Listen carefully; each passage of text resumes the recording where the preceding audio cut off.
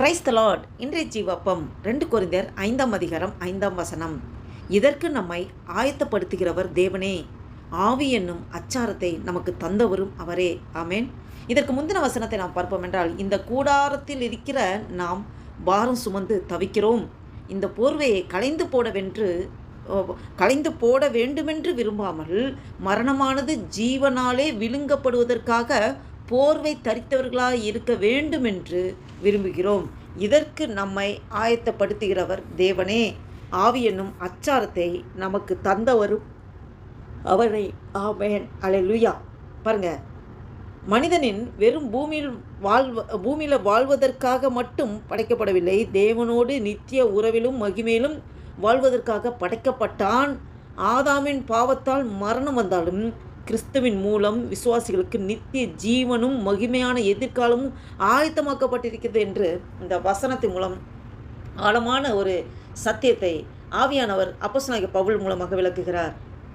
பாருங்க, ரோமர் 8ஆம் அதிகாரம் 29ஆம் வசனத்திலே தம்முடைய குமாரனுடைய சாயலாகும்படி என்று சொல்லப்பட்டிருக்கிறது. அப்போ தேவனுடைய இறுதி நோக்கம் என்னன்னா, நாம் கிறிஸ்துவின் சாயலும் முழுமையாக மாற்றப்பட வேண்டும் என்பதே. மாற்றப்படுவது, அப்படியே முழுமையாக கிறிஸ்துவை போலவே நாம் மாறணும். இதற்காக தான் பாருங்க, ஆவியானவர் நம்மளோடே கூட இருந்து நம்மளை நடத்துகிறார். ஆவியே நமக்கு முன்பணயமாக கொடுத்திருக்கிறார். ஆமேன். அதாவது டெபாசிட், நமக்கு முழு சொத்தையும் அது கொடுக்கறது ஆவியானவர் தான். அதுக்கு முன்கூட்டியே தொகை கொடுத்து நம்மளை நடத்துகிறார். பரிசுத்த ஆவியானவர் நமக்குள் வாசம் பண்ணுவது எதிர்கால நித்திய மகிமை நிச்சயம் கிடைக்கும் என்பதற்காக தேவனுடைய ஒரு உத்தரவாதம். அதான் பரிசுத்த ஆவியானவர் நமக்குள்ளே இருந்து நம்மளை நடத்துகிறார், அனுதினமும் நடத்துகிறார். கிறிஸ்துவை போலவே நம்மளை மாற்றுவதற்கு நடத்தி கொண்டிருக்கிறார். இன்னும் எபேசியர் 1ஆம் அதிகாரம் 13-14 வசனங்களை பார்த்தோம் என்றால், வாக்குத்தத்தத்தின் பரிசுத்த ஆவியால் முத்திரையிடப்பட்டிருக்கிறீர்கள், அவர் நம்முடைய சுதந்திரத்தின் அச்சாரமாக இருக்கிறார் என்று சொல்லப்பட்டிருக்குது. அப்போ பரிசுத்த ஆவி நம்முடைய இரட்சிப்பின் சாட்சி, தேவனுடைய பிள்ளைகள் என்பதற்கான அடையாளம். அப்போ வரப்போகிற மகிமையின் ஒரு முன்சுவையாக அவர் இருக்கிறார். ஆமென்.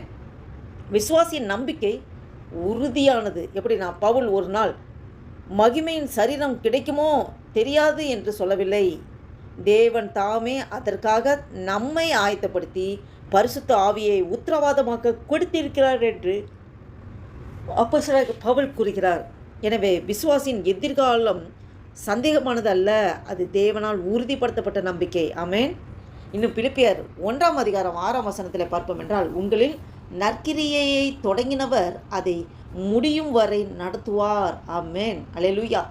பாருங்கள், இது மூலமாக நாம் என்ன லேர்ன் பண்ணிக்கிறோன்னா, நமது வாழ்க்கையின் இறுதி இலக்கு இந்த பூமிக்குரிய வெற்றிகள் அல்ல, நித்திய மகிமை தான் நம்மளுடைய இலக்கு. ஆமென்.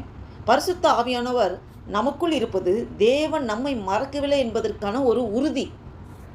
பாருங்கள், தற்போதைய துன்பங்கள், நமக்கு இப்போ காலகட்டங்கள் நடக்கிற துன்பங்கள் தற்காலிகம், வரப்போகும் மகிமை மட்டுமே நிரந்தரமானது. ஆமென். அப்போ 2 கொரிந்தியர் 5ஆம் அதிகாரம் 5ஆம் வசனத்தின் மூலம் தெரிந்து கொள்ள போகிற ஆழமான சத்தியம் என்னென்றால், நமக்கு சொல்லுவது தேவன் நம்மை நித்திய மகிமைக்காக உருவாக்கினார். ஆமென்.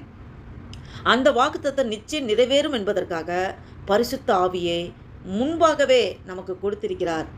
ஆகவே விசுவாசி பயத்தோடும் சந்தேகத்தோடும் அல்ல, நம்பிக்கையோடும் எதிர்பார்ப்போடும் வாழ வேண்டும் என்பதை இந்த வசனத்தின் மூலம் ஆவியானவர் உங்களோடும் என்னோடு விளக்குகிறார். இதை கேட்டுக்கொண்டிருக்கிற நண்பு தேவ பிள்ளைகளை, நாம் இந்த முழு நிச்சயத்தோட நாம் எதிர்கொள்ள போகிற, நம்ம எதிர்காலத்தில் நடக்க போகிற அடுத்த நிமிஷம் என்ன செய்ய போகிறோம், எல்லாமே தேவன் எல்லாம் நன்றாக அறிந்திருக்கிறார். நமக்கு பாடுகள், நிந்தைகள், நெருக்கங்கள், போராட்டங்கள் என்ன வந்தாலும் ஆண்டவர் அனுமதிக்காமல் எதுவுமே நம்முடைய வாழ்க்கை நடக்காது. அல்லேலூயா. அப்போ நான் முழுமையாக அர்ப்பணித்து, ஆண்டவரே நீ எல்லாத்தையும் நன்மைக்கு தான் நடத்துகிறீர் அப்பா, கிறிஸ்துவை போலவே எங்கள் ஒவ்வொருவரையும் நீ மாற்றுவதற்கு ஆவியானவரை எங்களுக்குள்ளே இருந்து நீங்கள் செயல்பட்டு கொண்டிருக்கீங்கப்பா, நன்றி தகப்பனே என்று சொல்லி நாம் இந்த அர்ப்பணிப்போட ஒரு புதிய நாளைக்குள் நம்மளை கடத்தி கொண்டு வந்திருக்க தேவனுக்கு நன்றி செலுத்தி ஆண்டு நோக்கி பார்த்து ஜெபம் செய்வோம். அல்லேலூயா. நன்றி தகப்பனே, நன்றியோடு துதிக்கிறோம் ஆண்டவரே. துதிகள் மத்தியில் வாசம் செய்கிற தேவனை நன்றியோடு துதிக்கிறோம் ஐயா. 2026 வருஷத்தின் அப்பா 6வது மாதமாகிய ஜூன் மாதத்தின் ஆண்டவரே அப்பா 16ஆம் தேதியை காண கிருபை செய்த தேவனே, உமக்கு கொடான கொடி ஸ்தோத்திரம் ஐயா. நன்றி தகப்பனே. இந்த நாளை காணும்படியாக எங்களுக்கு ஜீவன் தந்திரே, பலம் தந்திரே, சுகம் தந்திரே. நன்றி அப்பா. எங்களை கொண்டு நீர் என்ன செய்ய சித்தம் தீர்மானம் வைத்திருக்கிறோம், உம்முடைய சித்தத்தைப்படி நடத்துங்க ஆண்டவரே. எங்கள் சுயமெல்லாம் சாம்பலாய் மாறட்டும் ஐயா.